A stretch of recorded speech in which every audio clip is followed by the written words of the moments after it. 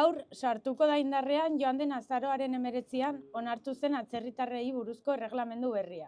Hain zuzen ere, arau hori lan merkatuaren eskaerei erantzuteko diseinatu zen, baina migratzailetzat hartzen direnak lan merkatu irregularrera sartuarazi, langileria desregularizatua sortu, eskubiderik gabe mantendu eta gainera interesen arabera moldatzeko dator. Inor ez da ilegala! Eskubide guztiak denontzat! Eskubide guztiak denontzat!